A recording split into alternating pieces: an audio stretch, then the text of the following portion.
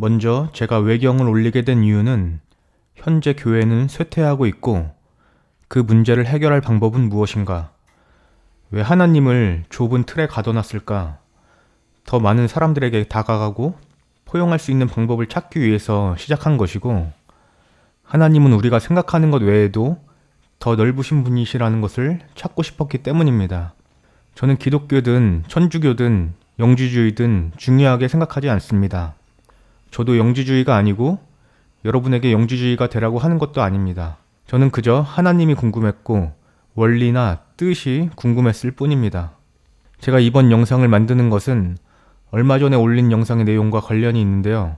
그 만들었던 내용을 생각하다가 약간의 혼동이 왔고 그것에 대한 내용을 정리해 보려고 합니다. 먼저 기독교에서 답할 수 없는 질문들이 있습니다. 예를 들면 성경에 써 있지만 답할 수 없는 것들. 하나님의 아들들은 누구이며 통치자는 누구이며 사탄은 어떤 존재이며 이런 것들은 외경이 없이는 쉽게 해결이 안 될 것이라고 생각합니다.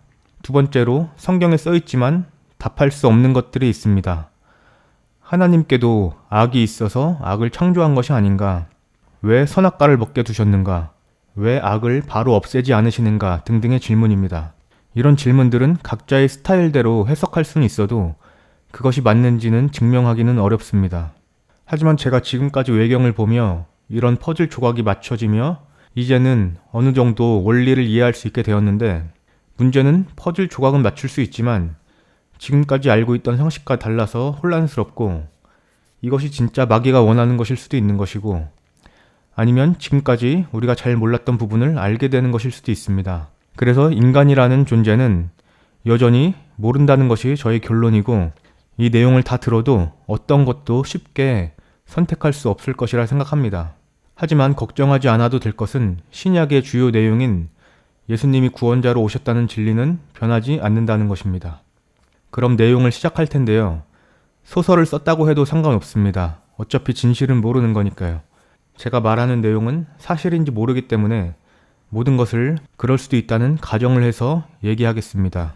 왜냐하면 이 내용에는 외경들의 내용을 참조해서 만들 것이고, 성경만 믿는 사람도 있고 외경을 믿는 사람도 있고 아직 저처럼 중립의 입장도 있기 때문에 모든 것은 그럴 수도 있다는 가정으로 편견 없이 일단은 들어봐 주시면 감사하겠습니다. 먼저 제가 혼돈이 왔던 부분부터 시작하겠습니다. 제가 올렸던 영지주의 창조 세계관이라는 영상이 있는데요. 혹시 못 보신 분들은 그것도 참고하시면 내용이 이해가 더 쉬우실 겁니다. 영지주의가 보통 이단이라고 하니까 제가 그 영상에 올린 요한의 외경이라는 내용을 혹시라도 이게 정말 사탄이 알려준 거라면 이라는 가정하에 다시 생각해 봤는데, 정말로 사탄이 알려준 것일 수도 있고 아니면 예수님이 알려주신 것일 수도 있고 두 가지 경우가 있습니다. 그때 봤던 나그 한마디의 요한의 외경을 다시 한번 보겠습니다. 여기에 보면 요한에게 계시자가 나타나는데 이게 사탄일 수도 있다는 합리적인 이유가 뭐냐면, 예전에 아담과 하와와 사탄의 갈등이라는 책에서 그 사탄이 광명의 천사로 변장을 하고 하와를 속이거든요. 너희가 이제 회개를 그만큼 했으니까 하나님이 용서해 주실 것이다 하고 하와가 그 일수를 못 채우고 나오게 됐어요. 바다에서 나오게 됐습니다. 그런 내용도 있고 노인으로 변해서 속인 장면도 있고, 그래서 아담과 하와는 계속 속는 장면이 나오는데요. 자, 여기도 보면은 이 계시자가 어떻게 하냐면 어린아이였다가 노인이었다가 청년이 되었다. 그런데 여기서 자기가 예수님이라고는 얘기 안 하거든요. 하지만 이렇게 얘기합니다. 나는 항상 너와 함께 있다. 아버지이고 어머니이고 아이이다. 썩지 아니하고 더럽혀지지 아니한 자이다. 그래서 이 사람은 자신을 이제 구세주라고 소개는 합니다. 하지만 의심은 해볼 수 있다는 것입니다. 그런데 이 계시자가 예수님이든 사탄이든 이 문서는 도움이 되는 게 맞습니다. 왜냐하면 만약에 사탄이 이 내용을 얘기했다고 하더라도 진실 속에 거짓을 끼워 넣었을 가능성이 컸기 때문에 대부분의 이 내용들은 진실이지만 그 속에 거짓을 끼워 넣었을 가능성도 있습니다. 사탄이 얘기한 그 세계관과 자신이 어떻게 했던 것들을 상세하게 알려주는 면에서 우리에게 알게 해주는 도움이 되는 부분도 있는 것입니다. 하지만 예수님인지 사탄인지 정확하게 판단은 할 수가 없는 것입니다. 여기서 또 한 가지 의문이 드는 게 있었는데, 우리가 상식적으로 알고 있기로는 뱀, 그러니까 사탄이 하와에게 선악과를 먹게 했다고 알고 있잖아요. 하지만 여기서는 예수님 또는 어떤 선한 영적 존재가 하와에게 알려줘서 선악과를 먹게 했다. 이렇게 얘기를 하거든요. 그것이 무슨 의미냐면 이 통치자가 낙원이라는 곳에 인간을 가둔 거예요. 그래서 거기에 있는 모든 열매를 먹게 했는데 그 열매들은 사실은 이 인간을 포도주에 취하게 하고 망각에 빠지게 해서 자신들의 처지가 벌거벗었다는 것을 모르게 하려고 낙원에 가둬두었다고 얘기하고 있습니다. 그래서 오히려 선한 존재가 하와에게 알려줘서 선악과를 먹게 했다 이렇게 얘기하고 있습니다. 그렇다면 뱀은 사탄인데 왜 그거를 하나님이라고 했을까? 또 그것에 대한 자세한 내용이 다른 문서에 있더라고요. 여기 보면 아르콘의 하이포스타시스, 그러니까 이거는 통치자들의 현실이라는 뜻이거든요. 아르콘은 통치자라는 뜻이고 그 사탄 계열을 의미하는 경우가 많아요. 여기도 보면은 여성 영적 존재가 뱀, 즉 교사의 형태로 나타났고, 그리고 더 자세하게 나온 게 있는데요. 나그 함마디 코덱스 13에 보면 세계의 기원에 관하여라는 내용이 있습니다. 7사람이 함께 계획을 세웠습니다. 그러니까 통치자들이 계획을 세웠는데 낙원에서 모든 열매를 먹되 그 지식의 나무는 먹지 말아라. 그들에게 두려움을 준 것입니다. 그래서 여기서 짐승이라고 하는 뱀이 하와에게 먹으라고 하는데 오히려 너희가 신과 같이 되어 악한 사람과 선한 사람 차이를 알게 될 것이다. 통치자들은 질투심에서 당신에게 이렇게 말한 거다. 그러니까 그것을 먹어야 된다고 알려주는 것입니다. 그래서 이제 사람이 자신들이 부끄러움으로 벌거벗은 것을 알았고 그들이 술을 끊었을 때 벌거벗은 것을 보고 서로에게 반했습니다. 그리고 제가 얼마 전에 봤던 내용이 어디 있는지 기억이 잘 안 나는데 이런 내용이었습니다. 그러니까 어떤 선한 영적 존재가 뱀에게 들어간 것입니다. 그래서 그 뱀을 저주하고 벌을 내릴 수 있도록, 그러니까 뱀이 그렇게 좋은 존재가 아니니까 오히려 뱀에게 들어가서 뱀을 저주하고 뱀에게 벌을 내릴 수 있도록 뱀에게 들어간 것이다. 이런 식으로 설명을 하고 있습니다. 그래서 선악과를 먹고 아담과 하와가 다시 또 강력해졌고 회복이 되었습니다. 그래서 이 통치자들이 또 화가 난 겁니다. 그래서 낙원에서 쫓아내고 케루뱀으로 둘러싸고, 그러니까 이게 사실은 악한 쪽의 통치자들이었다. 이렇게 얘기하고 있는 겁니다. 그리고 통치자들은 아담을 부러워하여 수명을 줄이고자 했고요. 그러니까 끊임없이 고통을 주는 것이 이 통치자라고 하는 얄다바오트 또는 사단이라고 하는 존재인 것입니다. 그래서 제가 이 내용을 생각하다가 어떤 부분에서 혼동이 왔냐면 구약에 여호와 하나님이라고 적혀있는 단어가 한 존재가 아닐 가능성이 크다. 예를 들면 천지를 창조하시고 이제 인간을 만들려는 계획을 했던 거는 그 근본이신 하나님이 맞지만 중간중간 개입한 통치자가 있는데 그것도 그냥 여호와라고 썼을 가능성이 크다. 그것은 번역의 문제일 수도 있고 아니면 모든 통치자를 신으로 생각했을 가능성도 있다. 지금 어디 있는지 찾기가 힘드니까 제가 아는 한도 내에서 얘기하자면 홍수를 일으키려는 것은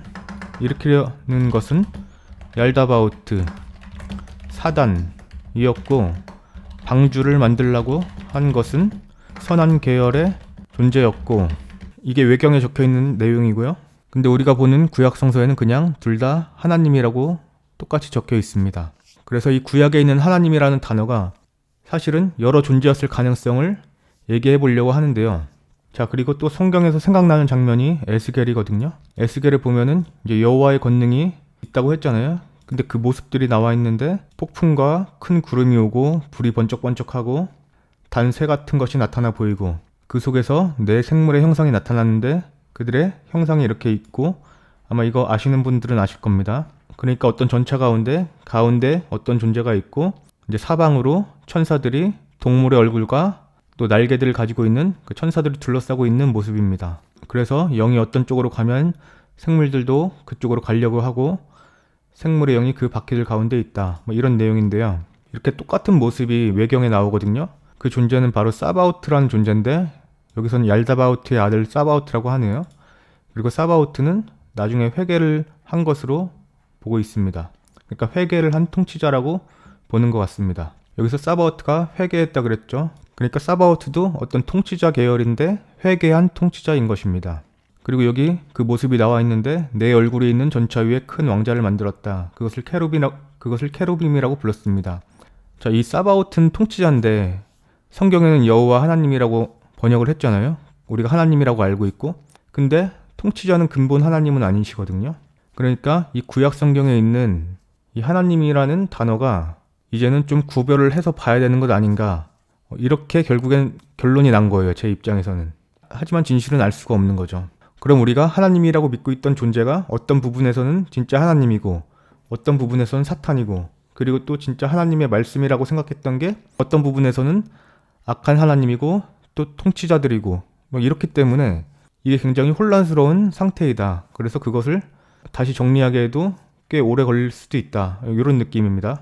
그래서 우리가 구약에 보던 성경과 신약의 예수님은 뭔가 또 말씀도 살짝 다르고 뭔가 내용도 좀 다른 부분이 많이 있잖아요. 구약의 하나님은 뭔가 잔인하고 막 살인도 하고 전쟁도 하고 그러는데 예수님은 폭력적인 것을 하지 않으시고 죽으시고 우리를 구원하기 위해 오셨단 말이죠. 그러니까 구약과 신약은 확실히 뭔가 차이가 있는 것을 여러분들은 알고 계실 겁니다. 자, 이렇게 되면 이제 우리가 답할 수 없는 질문들에 대해서 답을 할 수가 있게 되는데 먼저 이 창조 세계의 개념을 설명하자면 이 예수님과 구약 성경에 있는 부분이 확실히 차이가 있거든요. 그것은 바로 구역의 차이, 영역의 차이입니다. 그래서 예수님이 오신 진짜 이유를 알 수가 있고요. 우리가 어디로 가는지, 어디로 가야 하는지 정확한 목표를 설정할 수가 있습니다. 자, 외경을 토대로 세계관을 한번 만들어 볼게요. 자, 이제 어떤 바르벨로라고 하는 하나님의 마음이 이제 어떤 형태로 생성되었습니다. 이 전체가 바르벨로예요. 근데 이 안에 4개의 구체, 4개의 광명체가 생깁니다. 구역이라고 생각하시면 됩니다. 그래서 이 4개의 구역에는 또 각자 3개의 영역씩 해서 총 12개의 영역이 생깁니다. 자, 이렇게 12개의 영역이 생겼는데 자, 이 중에 하나, 만약에 이거다 하면 이게 하나가 소피아라고 해볼게요. 소피아라는 영역이 있는데 그리고 그 소피아를 통해서 얄다바우트가 생성됩니다. 그리고 이 얄다바우트를 통해서 인간이 생성되는데 정확히 말하면 하나님의 뜻에 의해 인간이 생성되지만 얄다바우트가 간섭을 하게 됩니다. 그리고 이 얄다바우트는 자, 이제 이 영역에 있는 소피아라는 영역에 있는 얄다바우트가 있다고 쳐볼게요. 자, 이 소피아에 있는 얄다바우트가 영역을 만드는데 자, 여기에 뭐 한 7개나 8개를 만들어 볼게요. 정확하게는 모르겠거든요. 자, 뭐 7개나 8개의 영역이 있는데 자, 그러면 구약 성경 때 모세라든지 선지자들이 봤던 그 통치자들은 누구냐? 여기에 있을 가능성이 굉장히 큽니다. 그리고 물론 여기서도 간섭을 했을 가능성이 큽니다. 그러니까 두 군데서 다 간섭을 했을 가능성이 큽니다. 지금 이 얘기들은 다 가정을 하는 거니까 또 하나의 가정을 들어볼게요. 자, 천사라는 존재가 있습니다. 이것을 그냥 현대어로 바꿔볼게요. 현대어로 외계인이라고 해볼게요. 자, UFO 이렇게 해볼게요. 왜냐? 사람 외의 존재는 하나님 아니면 천사밖에 없잖아요, 성경에는. 그래서 그냥 이걸 만약에 현실로 대입한다고 하면은 외계인이라고 한번 가정을 해보는 겁니다. 자, 근데 중요한 게 있는데 하나님이 있고 천사가 있고 인간이 있잖아요. 뭐 혹시 외계인이나 뭐가 있다고 하더라도 천사는 경배할 대상이 아니고 피조물입니다. 피조물이죠. 요한계시록에 보면은 천사가 나한테 경배하지 말고 하나님한테만 하라 그러잖아요. 그러니까 피조물이기 때문에 외계인이 있다고 해도 외계인을 믿으면 안 됩니다. 우리가 외계인으로 생각하면 이해가 쉽기 때문에 그래요. 자, 에녹서에 보면은 천사들의 이름이 많아요. 그리고 그 이름 누군지 외우지도 못해요. 근데 왜 그렇게 이름이 많을까? 그냥 쉽게 생각해서 우리가 애니메이션이나 영화에서 보는 외계적인 존재들이 있다고 생각해 볼게요. 자, 또 우리가 알고 있는 성경을 한번 보겠습니다. 열왕기하 6장에 보면 군사와 말과 병거가 성읍을 에워쌌는데 이제 사환이 엘리사에게 이제 어떻게 해야 되냐, 이제 큰일 났다 이러는데 자, 여기서 엘리사가 기도합니다. 여호와여 눈을 열어서 보게 하옵소서 하니까 그 청년의 눈을 열었는데 불말과 불병거가 산에 가득하여 엘리사를 둘렀더라. 여기서 보면은 갑자기 안 보이던 게 보이고 여기에 보면 불말과 불병거로 해석을 했지만 지금 현대어로 봤을 때 그냥 한번 UFO로 대입해봐도 전혀 이상하지 않다는 느낌을 저는 받았거든요. 하지만 이건 그냥 가정일 뿐입니다. 가정. 그런데 그 외계의 존재가 선한 영역이 있고 악한 영역의 존재가 있다. 그래서 이 천사들도 많잖아요. 그래서 선한 영역이 있고 악한 영역이 있다. 제가 왜 이 얘기를 하냐면 구약 시대의 사람들은 이 외계적 존재를 신으로 생각했을 가능성이 있다.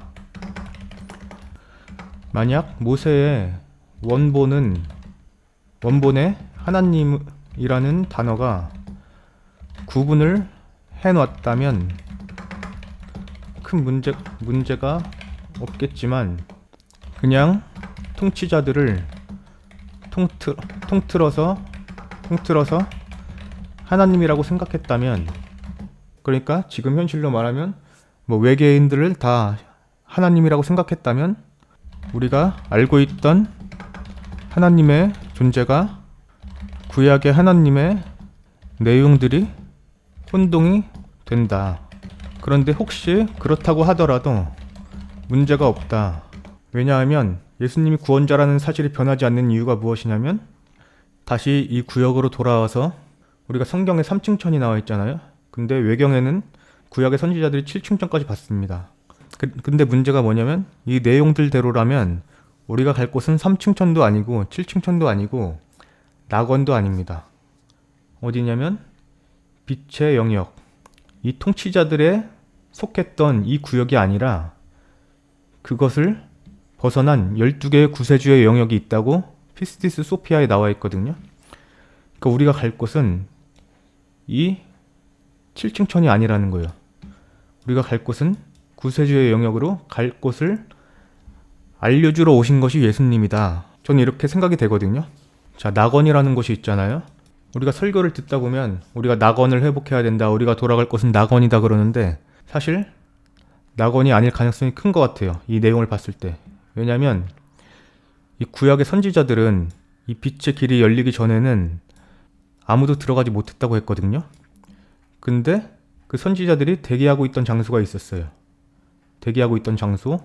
그래서 아마 이것이 낙원일 가능성도 있고, 아니면 낙원이 아니더라도 다른 공간일 수도 있겠죠. 근데 어쨌든 통치자들이 낙원에 가둔 것을 생각해 봤을 때, 낙원은 우리가 망각에 빠졌던 곳이잖아요. 그러니까 거기도 완전한 곳이라고 할 수 없는 거죠. 그래서 예수님이 말씀하고 싶으셨던 본질은 이 통치자들의 세계를 벗어나서 구세주의 영역으로 들어가라는 그런 내용인 것 같습니다. 자, 그러면 신앙생활을 오래 하고 구약의 하나님을 막 하나님처럼 믿고 생각했던 사람들은 혼동이 올 수 있거든요. 그럼 여기서 이런 질문을 할 수 있을 것 같아요. 원수를 사랑하라고 하셨는데 과연 사탄도 용서를 해주는 것인가? 용서는 회개하면 해준다. 그러니까 조건부죠. 사탄도 회개하면 용서해줄 수 있다. 왜냐하면 사바오트라는 통치자, 소피아라는 통치자도 회개하면 용서를 해줬기 때문에, 회복시켜줬기 때문에. 하지만 성경의 결말을 봤을 때는 회개를 하지 않은 것 같다. 결국 멸망하는 부분이 나오잖아요, 무언가가. 결국엔 무언가 멸망을 하고 우리가 쓰레기를 소각하듯이 하나님 입장에서도, 그러니까 언젠간 그 쓰레기인 부분을 소각을 해야 되는데, 그때가 바로 심판의 날이고 멸망을 하는 날이겠죠. 그리고 그때는 믿음을 가진 사람들이 없기 때문에 이제 그때는 쓰레기를 소각해도 아무 문제가 없기 때문에 쓰레기를 소각할 수 있다고 생각합니다. 그래서 지금 구원받을 사람이 있기 때문에 아직 심판의 때가 되진 않은 것이다, 그렇게 생각할 수 있고요. 만약 오늘 내용이 사실이라면 죄에 대한 개념도 달라지고 구원에 대한 개념도 확실해지고 전도도 다른 방식이 생긴다. 어떤 방식이냐면, 이런 내용들을 토대로 볼 때 왜 죄의 개념이 달라졌냐면, 인간이 선악과를 따먹어서 죄를 진 것이 아니라 사실은 얄다바오트라는 사탄이 그냥 인간을 무한대로 괴롭히는 것이고, 우리는 어떤 그런 쓰레기가 처리될 그런 공간에 만들어진 것이고, 또 그것에서 벗어나야 하는 것이 구원을 이루는 것이라고 그렇게 생각이 듭니다. 우리가 다른 사람들한테 전도할 때 당신은 죄인입니다라고 무조건 이렇게 얘기를 하잖아요. 물론 우리가 죄의 상태에 있는 건 맞을 겁니다. 왜냐하면 우리는 통치자들의 그 세상의 아래에 있고 모든 만국이 죄에 속했고 사탄에게 속했다고 했잖아요. 그러니까 그게 이런 의미인 것 같습니다. 자, 오늘 내용은 이 정도로 마치면 될 것 같은데요. 과연 이것을 기존 기독교인들이 받아들일 수 있을까요? 기존에 알고 있던 상식을 깨고 이걸 과연 바꿀 수 있을까요? 그럴 가능성은 매우 희박하다고 생각합니다. 내용을 들어보시면 아시겠지만 이것이 확실한지 아닌지도 모르는 거잖아요. 뭔가 퍼즐 조각은 다 맞춰줬지만 이것을 실행하려면 지금까지와는 다른 새로운 기독교로 가야 되는 건데, 과연 그게 가능할까 싶기도 하고, 그리고 정말 어떤 게 진실이고 어떤 게 조작되었는지는 아무도 알 수 없는 것입니다. 그렇지만 이 내용을 통해서도 어쨌든 예수님은 구원자로 오셨고 우리에게 서로 사랑하여서 구원을 이루라는 말처럼 내 안에 계신 하나님이 있듯이 또 다른 사람을 존중해주고 그렇게 서로 사랑하면서 살아가는 방법만이 우리가 살 길이라고 생각합니다. 그리고 한 가지 빼먹은 게 있는데 아까 사탄을 제도 용서해 주시는 거라는 내용이 있잖아요. 그래서 제가 요한계시록을 다시 살펴봤거든요. 근데 어떻게 보면 사탄도 회복될 수 있지 않을까 하는 열린 결말이 될 수도 있을 것 같아요. 왜냐하면 그 요한계시록의 내용에서는 사탄이 어디에 갇히기는 하지만 또 완전히 죽거나 멸망했다는 사라졌거나 이렇게 적힌 건 아니었거든요. 그래서 어떻게 보면 사탄이 용서를 받을 수도 있고 아닐 수도 있고 두 가지의 경우의 수가 있는 열린 결말일 수 있다. 이렇게 또 생각도 해보고요. 그렇게 되면 결국에는 그 12개의 모든 영역이 결국은 다 회복을 하는 거잖아요. 어떻게 보면 하나님의 뜻이 그쪽으로 갈 수도 있는 것이고 아니면 우리가 기존대로 알고 있던 사탄은 멸망할 수도 있는 것이고 그 두 가지의 결말이 있을 것 같습니다.